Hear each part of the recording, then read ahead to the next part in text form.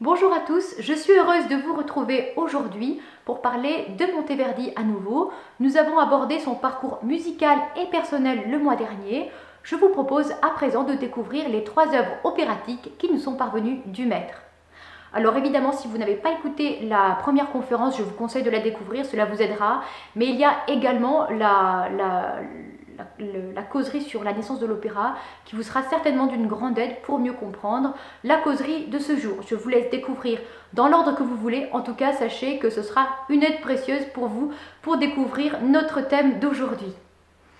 La façon dont nous allons traiter ce sujet se fera en 3 points. Nous commencerons par les différents apports musicaux qu'a reçus Monteverdi avant d'écrire son premier opéra.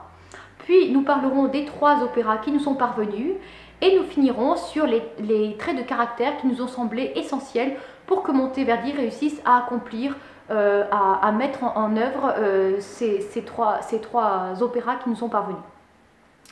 Alors, tout d'abord, les apports musicaux. Le premier, c'est celui que Monteverdi a reçu de son professeur, le maître de chapelle de Crémone, Marc-Antoine Ingenieri.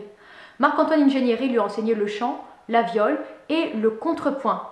Le contrepoint, il a reçu lui-même de l'école franco-flamande qui a porté à son apogée la polyphonie et le contrepoint, à un apogée de raffinement qui fait que Marc-Antoine Ingenieri était un très grand contrapuntiste et que Monteverdi, à sa suite, le sera également.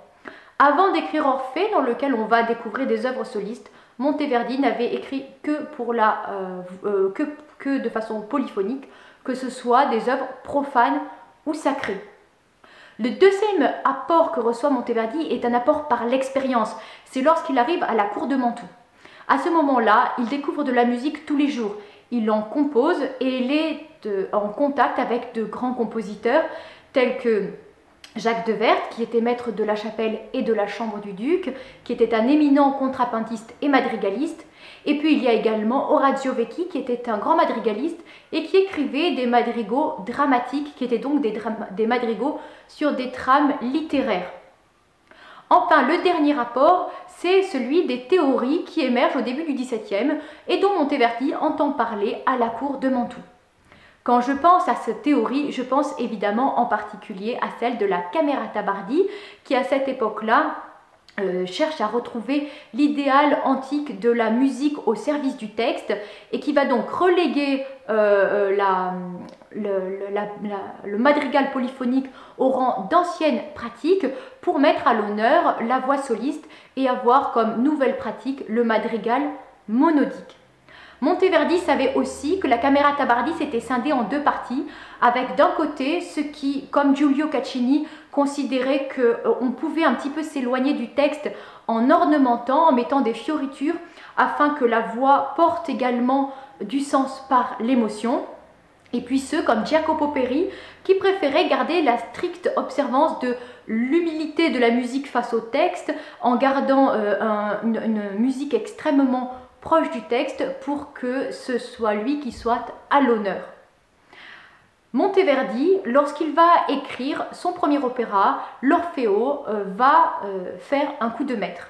Alors tout d'abord, on peut dire qu'on a beaucoup de chance d'avoir cette œuvre, puisque plus de la moitié des œuvres de Monteverdi, des œuvres opératiques, ont disparu. Et on est heureux que ce coup de maître, qui est le premier opéra de Monteverdi, nous soit parvenu. Alors, pourquoi un chef-d'œuvre avec cet Orfeo? Tout simplement parce qu'on comprend tout de suite que Monteverdi n'est pas l'homme d'une école, qu'il n'est pas l'homme d'une esthétique, mais qu'il est un musicien au service du drame. Avec Orfeo, Monteverdi va prendre tout son art, tous les matériaux musicaux à sa disposition pour servir le drame. On va donc voir des pièces composées dans ce que l'on appelle à l'époque l'ancienne pratique, donc ça veut dire des madrigaux polyphoniques. Ces madrigaux polyphoniques vont servir par exemple pour écrire pour les chœurs des esprits, les chœurs des bergers, qui, comme dans les chœurs de la tragédie grecque, vont servir à commenter l'action. Je vous laisse tout de suite découvrir le chant des bergers qui se réjouissent du mariage d'Orphée et Eurydice pour que vous découvriez le madrigal polyphonique dans cet Orfeo.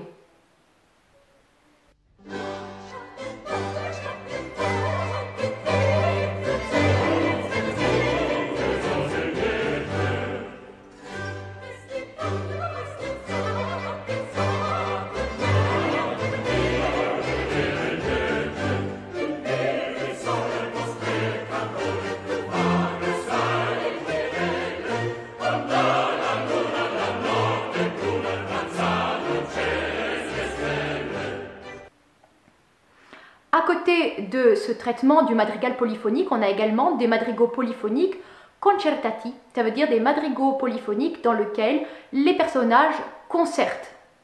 Vous savez, concertar vient de dialoguer, parler, et donc on va avoir également ce traitement du madrigal qui va servir au dialogue des personnages, et on va avoir le premier duo de l'histoire de l'opéra qui va apparaître avec un madrigal concertati au dernier acte de l'Orfeo. C'est lorsque Orphée et Apollon se retrouvent et qu'Apollon vient chercher son fils pour l'emmener au ciel.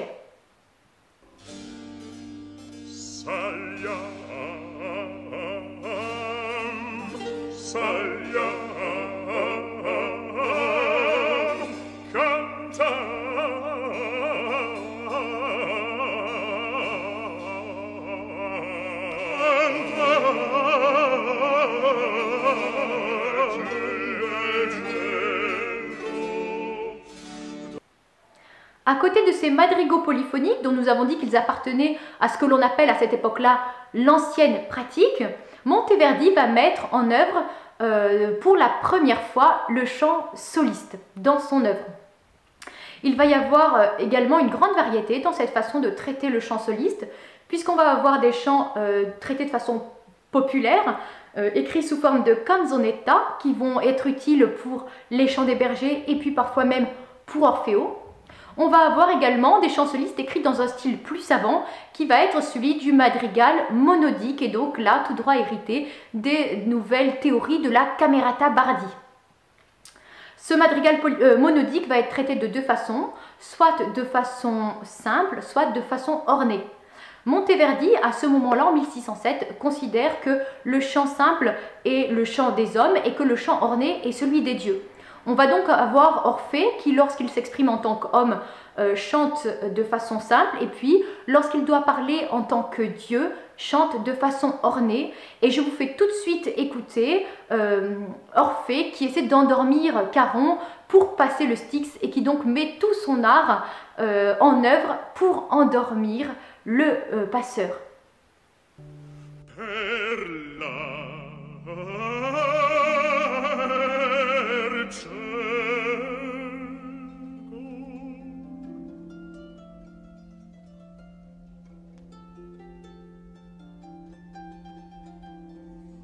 All'inferno non già comunque stassi.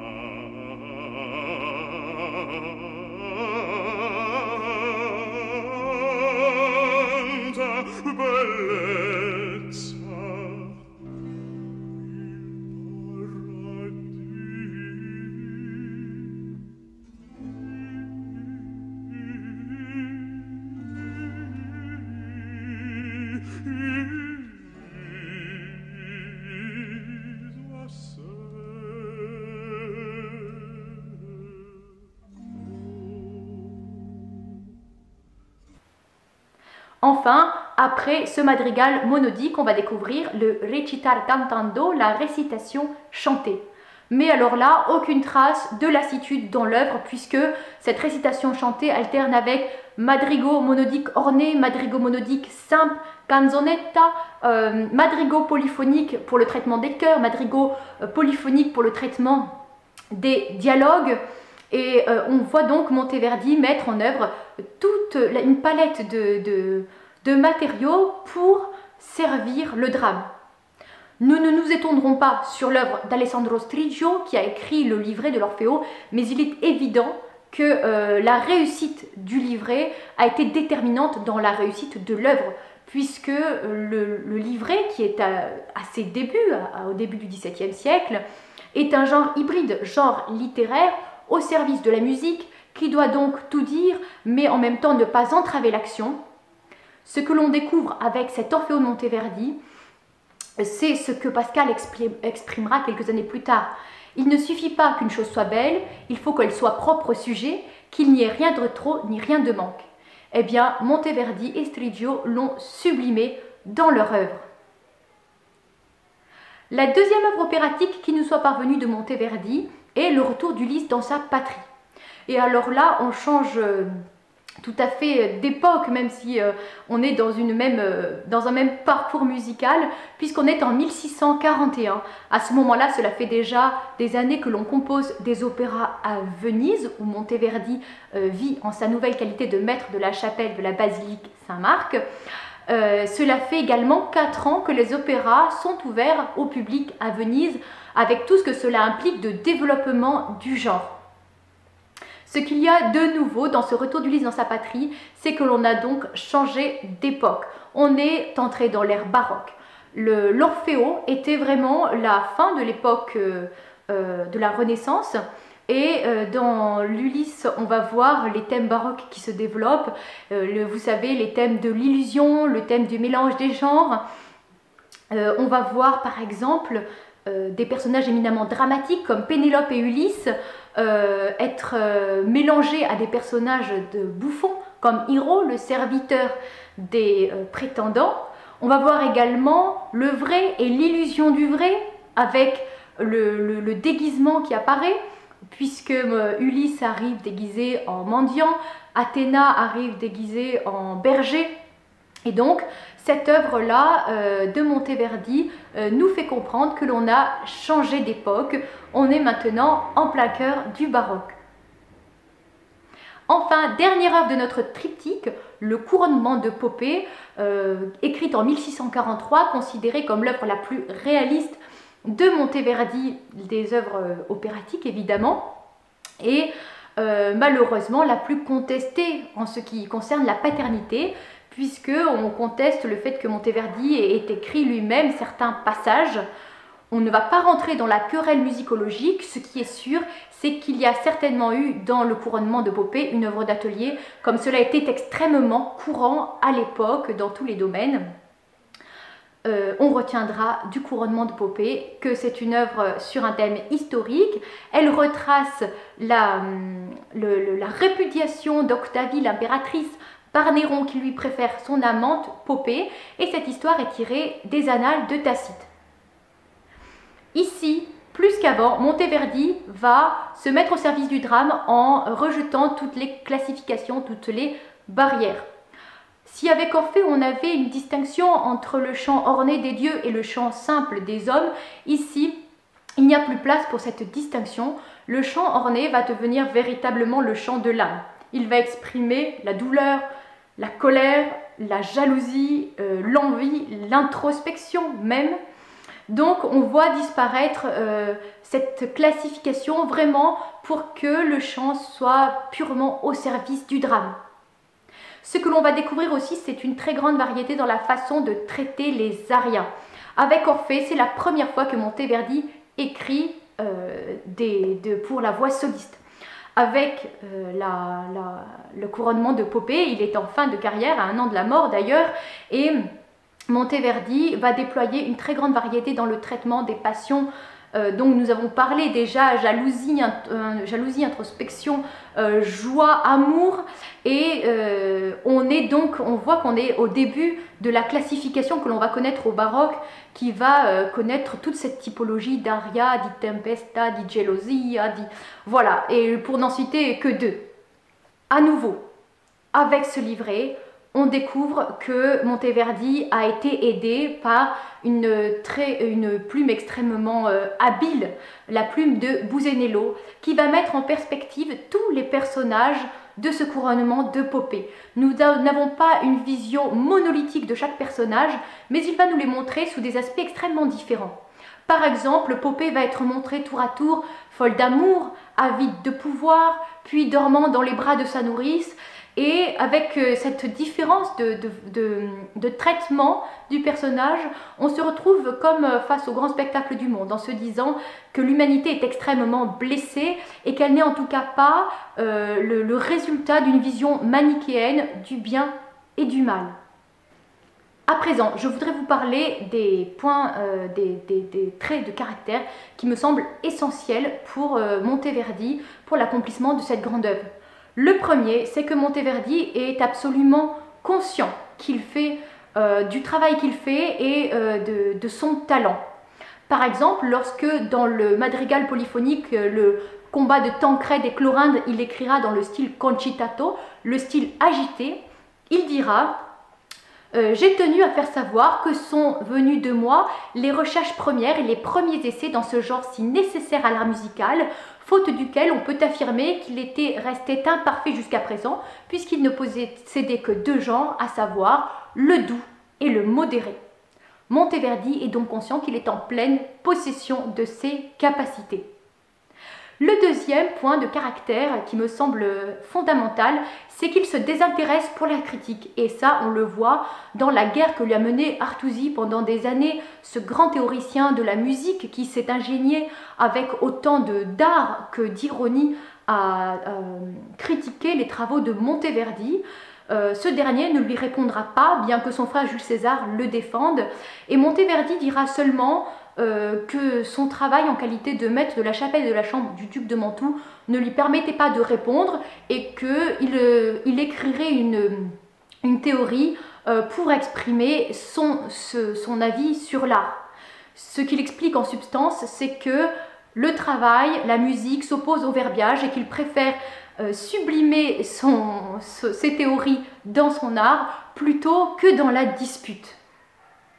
Pour finir, nous le dirons une dernière fois, ce qui a été fondamental pour l'accomplissement de cette grande œuvre, c'est que Monteverdi, à cette charnière entre la Renaissance et le baroque, ne s'est jamais positionné comme l'homme d'une école, comme l'homme d'une esthétique, comme l'homme d'un combat. Monteverdi s'est juste présenté comme l'homme au service du drame.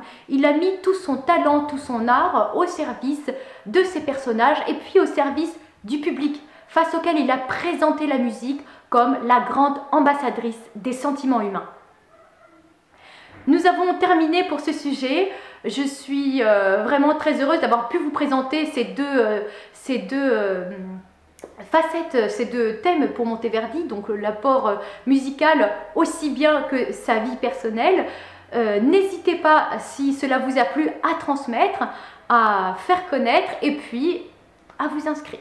Voilà, je serai très heureuse de vous retrouver bientôt.